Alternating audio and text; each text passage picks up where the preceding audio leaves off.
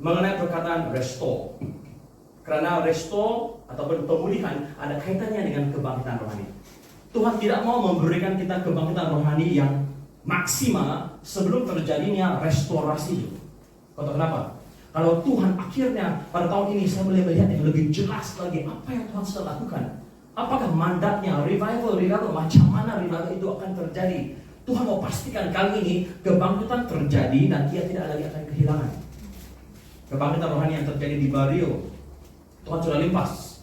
Tetapi roh yang sama yang mengakibatkan kebangkitan rohani terjadi 54 tahun yang dahulu sedang mencari-cari vessels, available vessels. Mereka yang lapangkan diri untuk memberikan diri full force. God, the same God of Bario, the same God of the revival in Bario Pakalala is still available for all of us today. So yang dikasih dalam Tuhan, kita pergi kepada firman Tuhan di Yesaya 42. Kita baca terlebih dahulu ayat 21.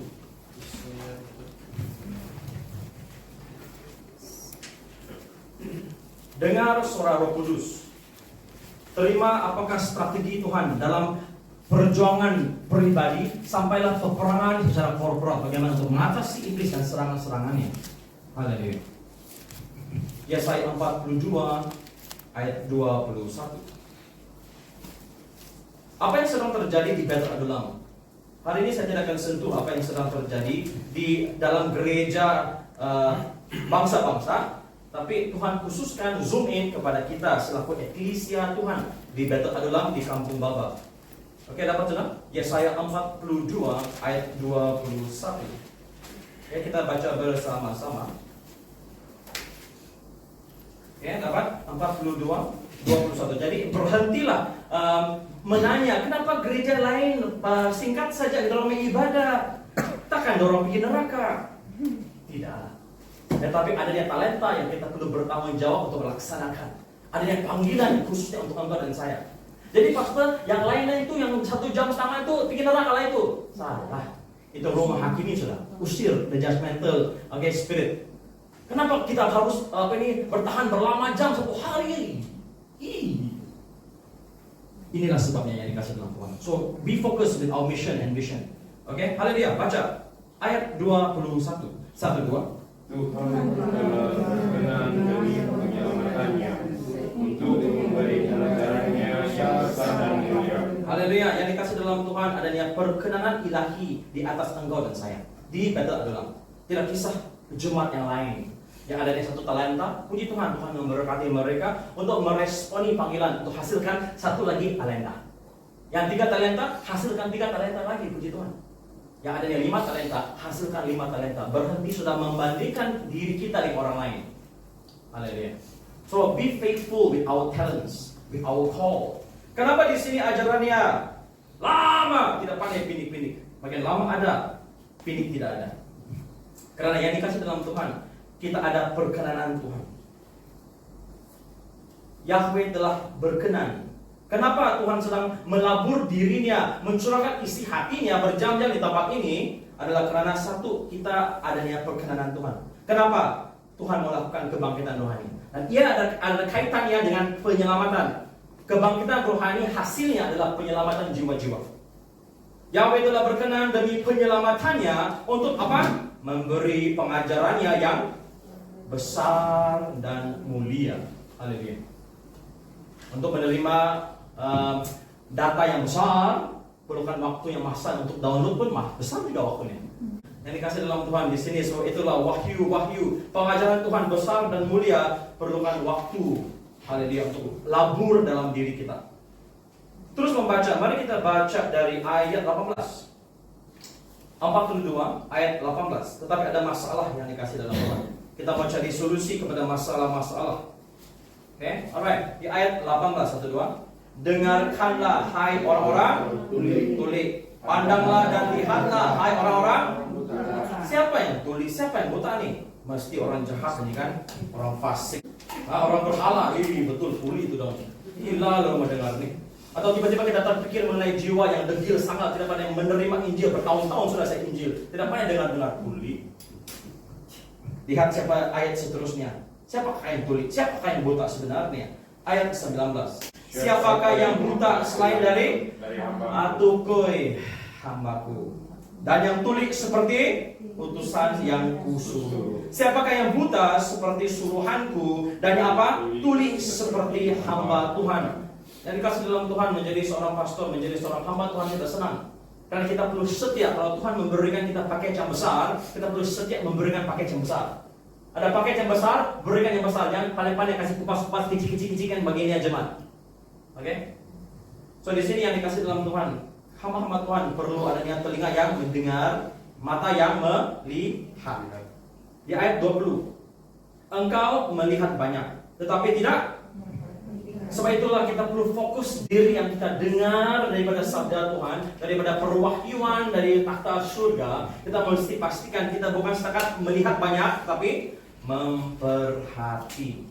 Engkau memasang telinga tetapi tidak mendengar. Sebab itulah yang dikasih dalam Tuhan. Marilah kita berdoa, Tuhan, kami sudah melihat banyak perkara di pelayanan ini. Melihat banyak mujizat, banyak pelepasan. Kita lihat banyak sekali Tuhan memelihara kita, melindungi kita, membekal untuk kita. Tetapi soalnya adalah yang dikasih dalam Tuhan, adakah kita memperhatikannya? Engkau memasang telinga tetapi tidak mendengar. Mari kita berdoa, Tuhan, celikkan mata rohani supaya segala kebutaan ilahi, kebutaan kealahan duniawi ini dicelikkan mata. The demonic blindness of the God of this age. Kita berdoa agar Tuhan koyakkan segala buta rohani supaya kita melihat kemuliaan Tuhan. Yang dikasih dalam Tuhan, kita terus membaca di ayat 21 kita sudah membaca. Okay? Adanya pengajaran, adanya perkenanan Tuhan. Ada dia.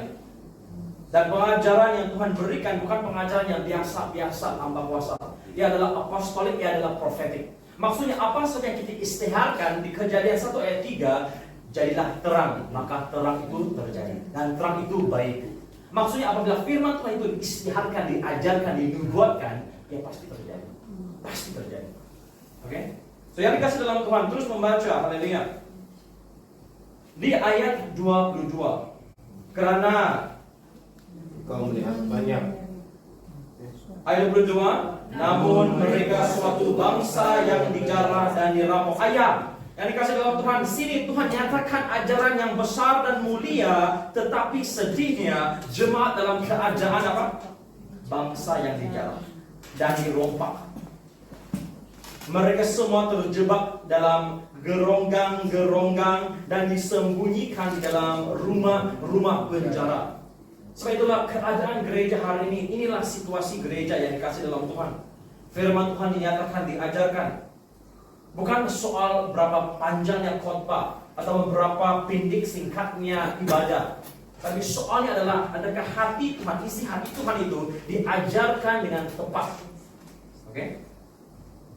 Apa yang terjadi di sini? Walaupun ada firman Tuhan yang besar dan mulia, jemaat dalam keadaan dijarah dan dirompak. Siapa yang merompak? Iblis.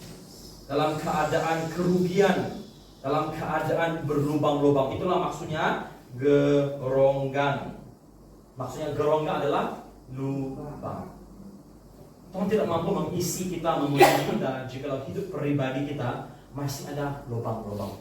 Nah itulah terang Tuhan ingin menerangi mata hati kita untuk melihat apakah celah saya, supaya saya mampu fokuskan tenaga saya untuk mengatasi kesulitan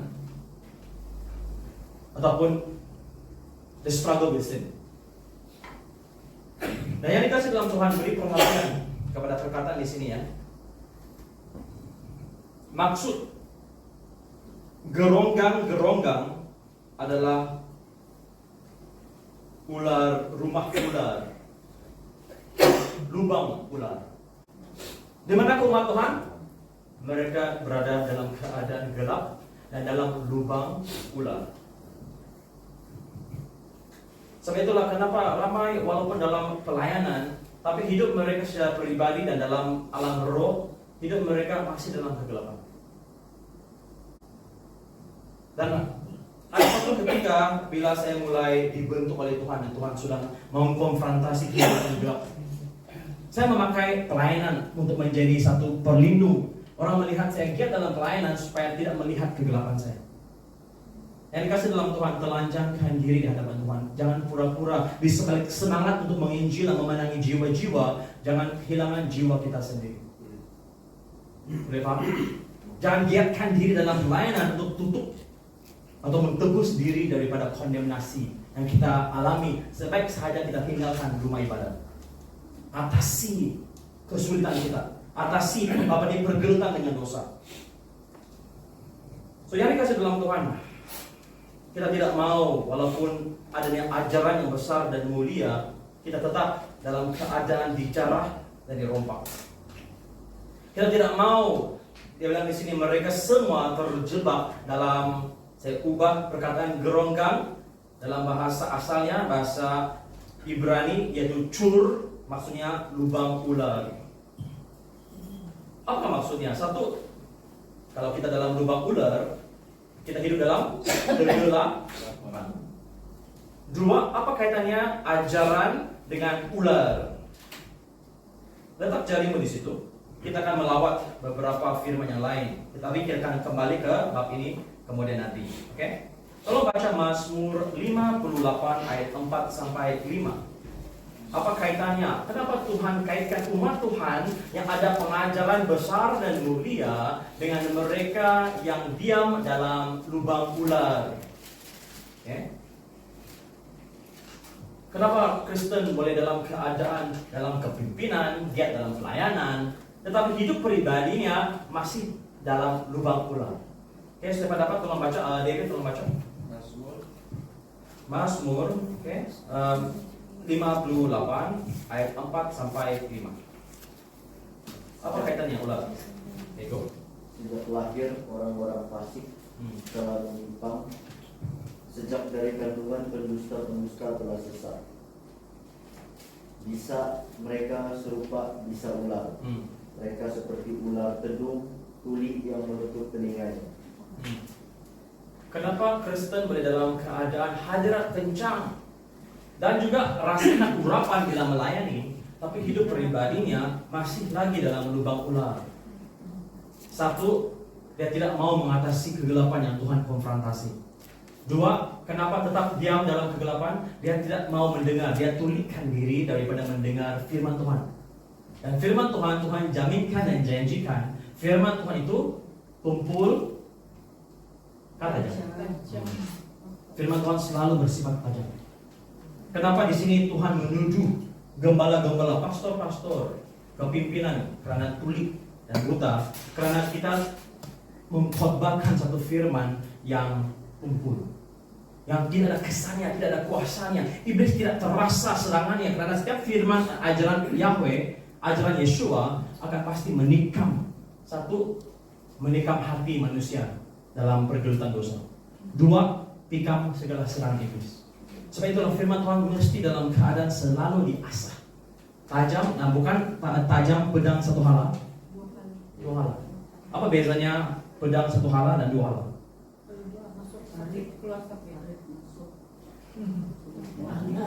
Kalau satu, ya cukup satu kali aja, dia keluar tidak kesan. Tapi kalau dia dua hala, mata dua, dia masuk pun dia tikam, dia keluar pun dia tikam. So itulah berapa Tuhan ingin kita memisahkan diri daripada segala kedagingan dengan segala kegelapan. Kalau kita rasa sakit, yang dikasih dalam Tuhan bukan kamu yang sakit, tapi dosa yang sakit. Satu, dosa yang sakit. Dua, iblis penghasut yang sakit. Jadi jangan mengambilnya secara pribadi seolahnya kita yang sakit hati, karena itu adalah iblis yang perlu kita kendalikan dalam nama Yesus Kristus. So, yang dikasih dalam Tuhan, jangan pulihkan diri seperti ular tedung. Dengar doa, biarlah yang menjadi doa pribadi. Tuhan, biarlah telinga saya dicelikan untuk mendengar apakah yang Engkau sedang sampaikan kepada saya. Lupakan siapa pengkhotbah di belakang. Ingat sahaja kepala kita adalah Yesus, dan telinga terbuka untuk mendengar apa Tuhan ingin saya lakukan supaya tahun baru ini betul-betul baru, keluar daripada lubang ular yang dikasih dalam Tuhan. Jangan lagi benarkan diri dijarah dan dirompak. Potensi kita yang maksimal, panggilan kita, jangan jadi Kristen yang biasa-biasa. Kalau saya ambil perhatian kita kembali kepada kesaksian yang awal, sekumpulan Kristen ini di neraka hanya karena mereka hidup kehidupan Kristen yang biasa.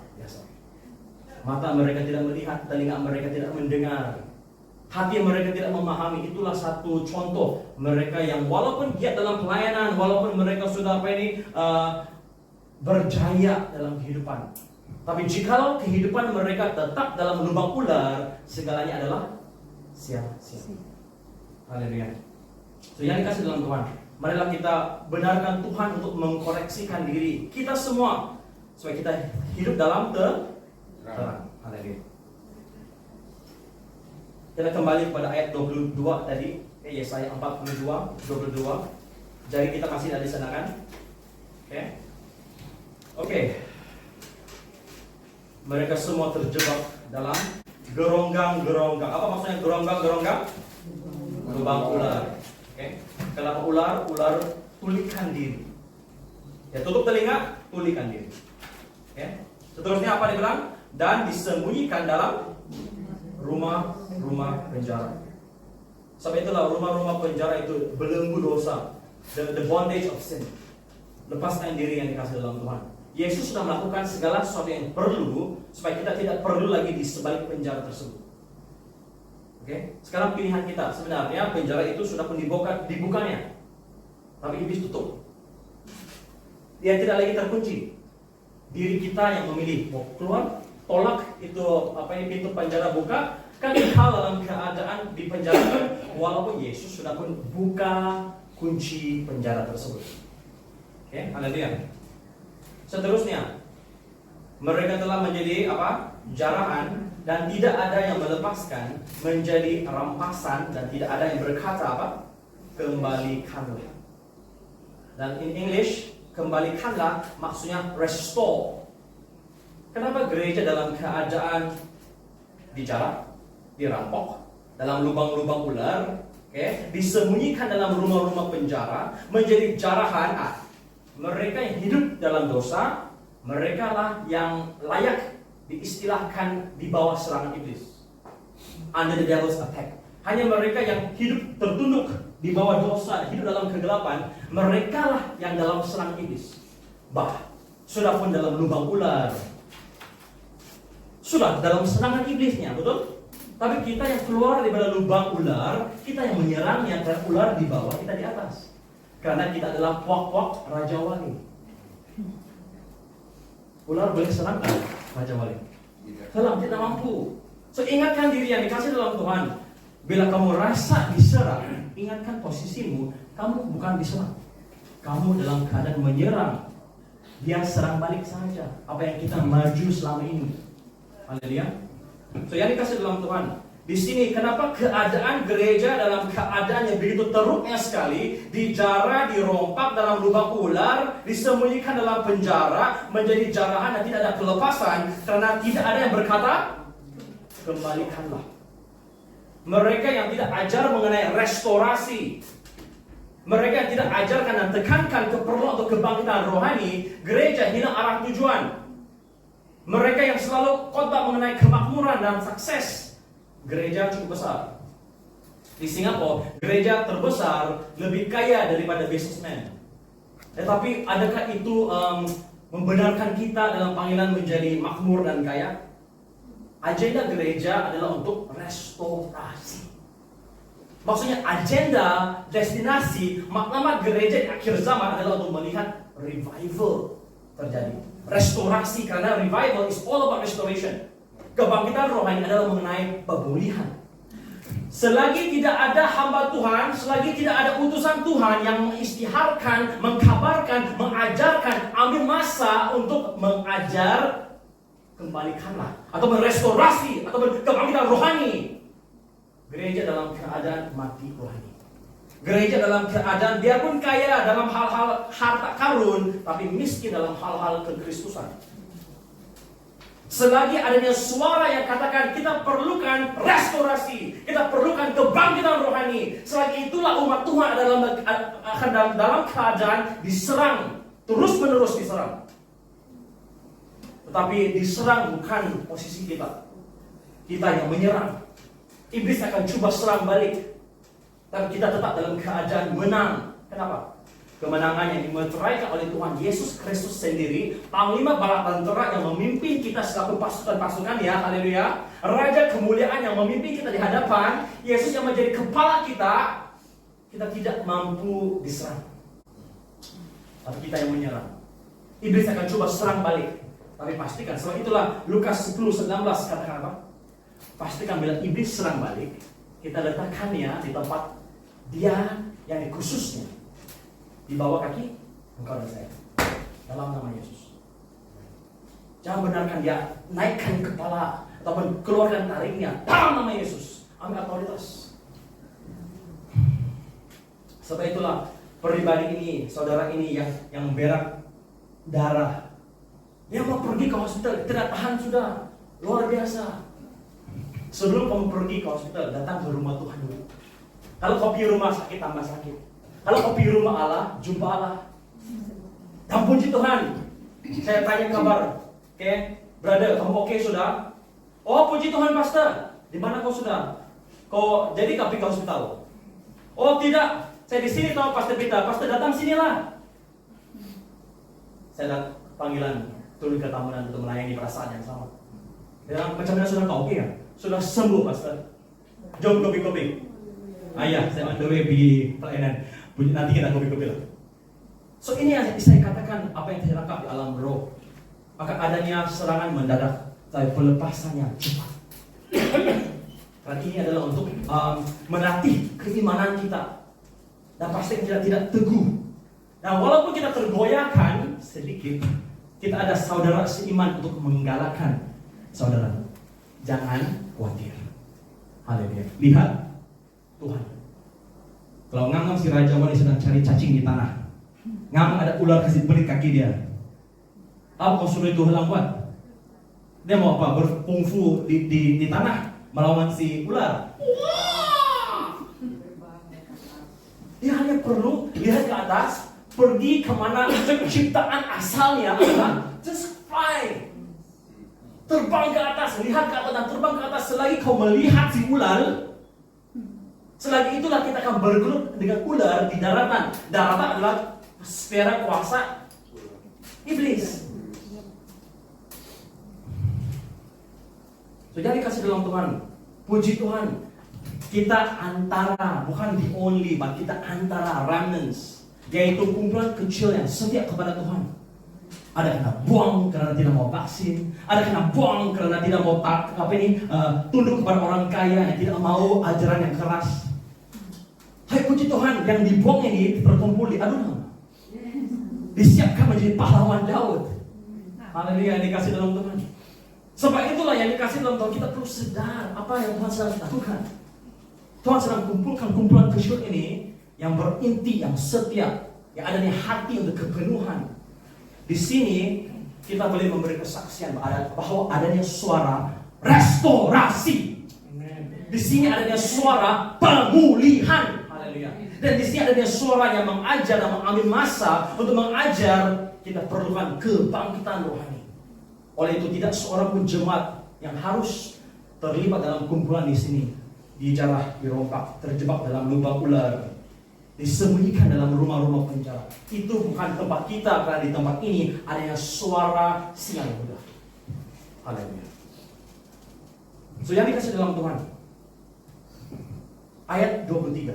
Adakah kita mendengar suara Tuhan pada waktu ini yang cukup suntuk dan genting untuk kita melepaskan diri daripada lubang ular dalam kegelapan, dalam keadaan tuli dan buta, dan terbang, ambil posisi kita sebagai anak-anak Tuhan, Raja Wali, haleluya. Untuk lebih dari pemenang, mengatasi apa saja yang sedang berikan kakimu. All you need to do is shake it off. Dalam nama Yesus.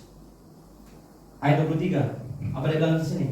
Siapa di antara kamu yang mau memasang telinga kepada hal ini, yang apa? Bukan cukup pandai, tapi siapa yang mau. Bukan siapa yang cukup kudus, cukup sempurna. Tidak. Tuhan melihat siapa yang mau. Kau mau atau tidak? Kau mau dilepaskan daripada ketagihanmu atau tidak? Kau mau keluar daripada belenggu dosa? Kau mau atau tidak berjalan dalam kumpulan diberkati yang menjadi berkat? Kau maukah melayani? Kau maukah bangkit? Kau maukah alami kebangkitan rohani dan membawa kebangkitan rohani kembali kepada perkampungan kita? Maukah tidak mau? It's not that complicated. Maukah tidak mau? Dan mau itu boleh digantikan dengan perkataan bukan kehendakku, tapi kehendak mula yang dijadikan. Not my will, but yours be done. Yang dikasih dalam Tuhan, seterusnya yang mau memasang telinga kepada hal ini, yang mau memperhatikan dan mendengarkannya untuk masa yang kemudian. It's prophetic. Apa yang sedang terjadi di sini akan terjadi di hari-hari yang akan datang. It will transpire, it will manifest. Apa saja yang diajarkan di sini bukannya ajaran doktrin manusiawi, tetapi apa yang kita dengar daripada takhta Elohim. Karena apa yang Tuhan istiharkan, apa yang sabda Tuhan, itulah gerakannya, berjalanlah dengannya. Nah, lihatlah tanda-tanda mujizat yang akan terjadi. Oke? So siapa yang mau? Tuhan tidak boleh bantumu dan saya dalam hal ini. Karena inisiatif mau atau tidak mau datang dari saya sendiri. It's the free will to choose. Saya mau jadi biasa-biasa, tidak. Saya mau bandingkan kerohanian saya dengan orang lain. Itu menjadi kemunafikan dan kejatuhan. It's called spiritual pride. Kalau mau bandingkan diri dengan Kristus yang maha sempurna. Haleluya. So siapa yang mau? Marilah kita pilih untuk menjadi eklesia, jemaat yang mau berjalan dengan Tuhan. Tidak kira apa yang orang lain lakukan. Yang saya mau pasti adalah saya mau berjalan dengan Yesus. Haleluya. Saya mau bukan mengira jam berapa jam saya di sini, mungkin lebih banyak jam lebih dekat saya sama surga. Tapi yang dikasih dalam Tuhan, apabila kita berdating dengan Tuhan, masa tidak ada lagi. Kalau kita melakukan masa dengan Tuhan, masa tidak ada lagi. So yang dikasih dalam Tuhan, marilah kita katakan hari ini, saya mau. Saya mau menjadi pelaku rencana Tuhan. Saya mau menjadi pemberkat. Saya mau lepaskan diri daripada segala kegelapan, segala dosa, segala apa yang menghambatkan pembesaran saya dalam Tuhan. My potential, my call. Jadi yang dikasih dalam Tuhan untuk kembali atau untuk mengalami restorasi yang akan berhasil kepada revival. Kita perlu kembalilah. Halo? For revival, untuk kebangkitan rohani terjadi, kita perlu kembalilah kepada Tuhan. Halo? Dalam segenap kebenaran, kita perlu kembali kepada Tuhan segenapnya.